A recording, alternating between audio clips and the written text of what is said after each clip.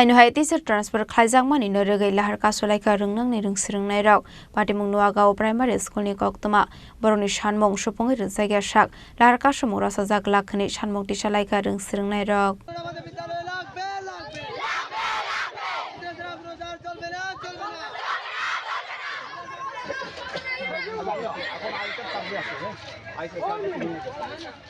Asalo science ni teacher no transfer khlaimani patimung noregai lahar kasolaika rungnangni rungsrungnai rok boroni shanmong no supungi rungsaiga shak lahar kasomong rasajak lakhni shanmong tisalaika rungsrungnai rok aboni aglo patimung ni koktoma mankino patimung thayo thangu sogoikha koila shahar IS office ni officer rok aboni aglo rungnong ni student te teacher tamo shaka khanaoinai leano tabuk স্কুলে একজন ভালো sir যে আমরা English science আর math class করাইতো তাই আমরা school থেকে transfer করে নিয়েছি কিন্তু আমরা স্যারটা লাগবো আর আমরা স্যাররে কইছি এরপরে এসএমসি কমিটির মানুষকে কইছি কিন্তু তারা বলছে স্যার আনা যাইতোই না এই যে স্যার আমরা আশা স্যার লেছে যাইতো তারা বলছে নতুন স্যার আমরা কোন স্কুলে শিক্ষক উনি এটা কোন বিধানসভা অধীনে পড়ে লালজুরি এসবি স্কুলে কি নাম স্যারের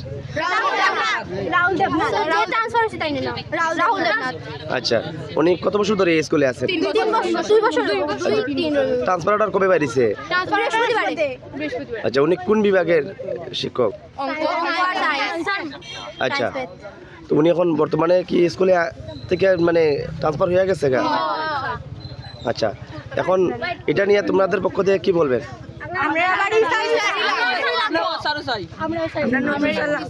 আমরা কোনো নতুন স্যার হইলো না এনে অন্য কোনো জানাইছো নি এনে এইচএম স্যারে জানাইছো তোমরা এসএমসি কমিটির মানুষও জানাইছে কিন্তু তারা সরাসরি ডিরেক্ট করিয়া দিছে আশা হইতো নাই যে এরকম যাওয়ার শুনেছিলাম স্টুডেন্টদের পক্ষ থেকে এই স্কুল থেকে একজন বিজ্ঞানের শিক্ষককে বদলি করিয়ে দেওয়া হয়েছে মাত্র স্কুলে আচ্ছা এই প্রতিবাদে আচ্ছা কোন স্কুলের বুনিয়াদী হাই স্কুল এটা কোন বিধানসভাতে পড়ে লালদুরি গাঁও